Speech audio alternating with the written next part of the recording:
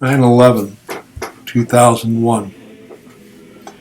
It's in my memory because of what happened. First of all, it was a Tuesday. Why don't we remember it was a Tuesday?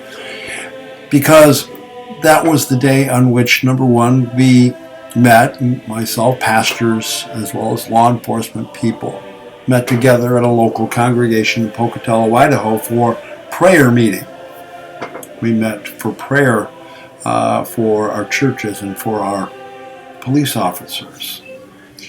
And while we were there, we heard about a plane hitting one of the World Trade Centers. My first thought was it was a plane that hit a trade center like a Cessna that had happened before. Somebody got confused or something and ended up flying into the World Trade Center. No big deal. That was the last I heard about it.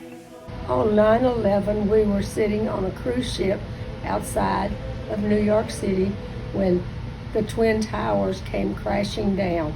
GB had gone down to get some coffee, and he came back in and turned the TV on, and we saw the plane go into the Twin Towers and come crashing down.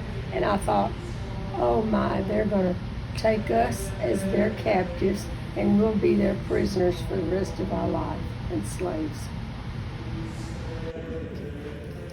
All right.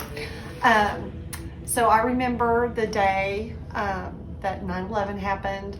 I was actually at Scott Johnson Elementary in a kindergarten class, and I had taken my little ones to the library, where that was the first time we heard what was going on. And so our librarian had pulled a TV out into her office away from the kids, and there were several of us that just stood there and watched the news and watched all of this unfolding, and we were horrified.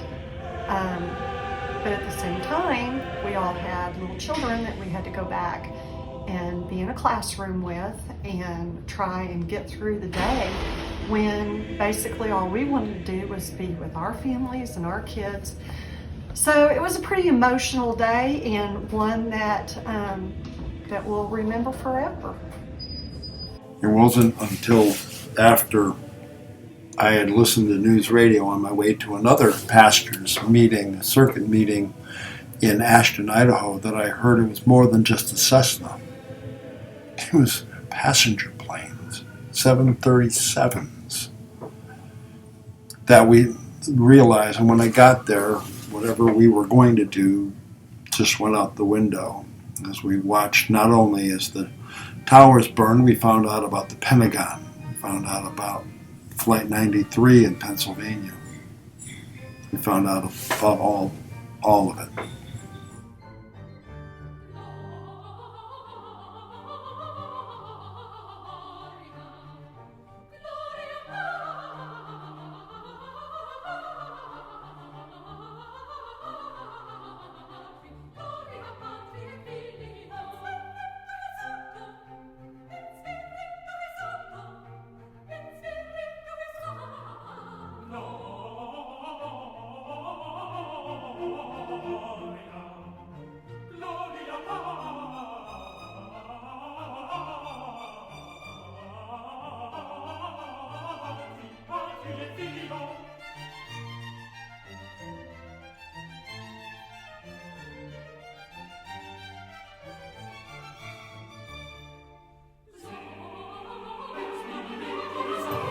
It was shortly after I got the leaders of my congregation, and we decided to do a prayer service the following Sunday in the evening.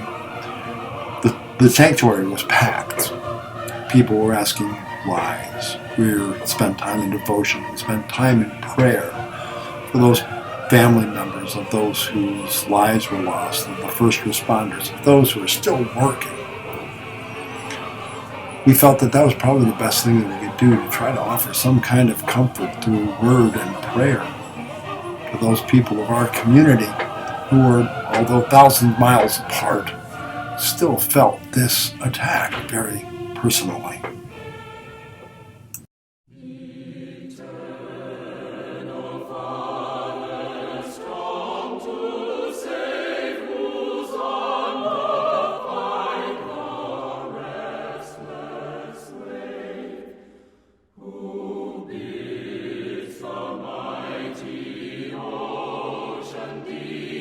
through tragedy comes hope. And even though I was not at that time able to kind of process what I was thinking, because quite frankly, as a pastor, you don't have that time, you don't have that luxury. But what I do have is the opportunity to bring the hope and the promise that is from God in Christ Jesus. And that's what I spent doing. Spent doing that for people, continue to do that today, for people today as we celebrate, as we remember, as well as we move forward.